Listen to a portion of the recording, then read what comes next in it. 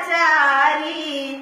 बेटा हमार रोए बिटिया हमार हो, माई और दादा के हालत बेकार हो। कैसन जुलुमा कैला भारी ये मोदी तू ता कैला अत्याचारी। रोवे गरीब दुखियारी ये मोदी तू ता कैला अत्याचारी। नोट लेके घूमी गाली मिले ना अनाज हो, भूखे पेट सुतल बाटे पूरा परिवार हो।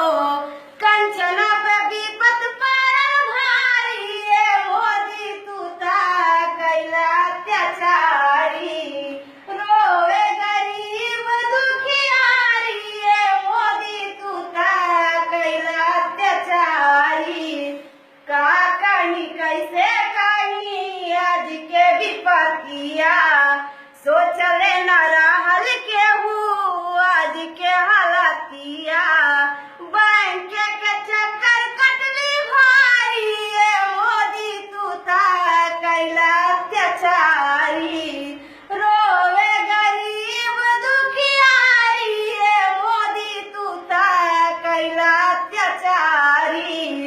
बेटी के बियाह रहल कट गइल बियाहवा, डोली कहार नहीं आइल दुआरवा। पियावा कमा के थकी हारी ये मोदी तू ता कैला अत्याचारी। रोवे गरीब दुखियारी ये मोदी तू ता कैला अत्याचारी। सास हमार पारी गइलिन बीमार हो, सासुर के हालत आज हो गइल खराब हो। काला धन पे सूते रजवाड़ी ये मोदी तू ता कैला अत्याचारी। रोवे गरीब दुखियारी ये मोदी तू ता कैला अत्याचारी।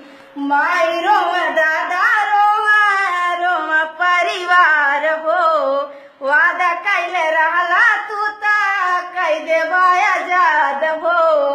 अंकिता के बिनती हजारी ये मोदी तू ता कैला अत्याचारी।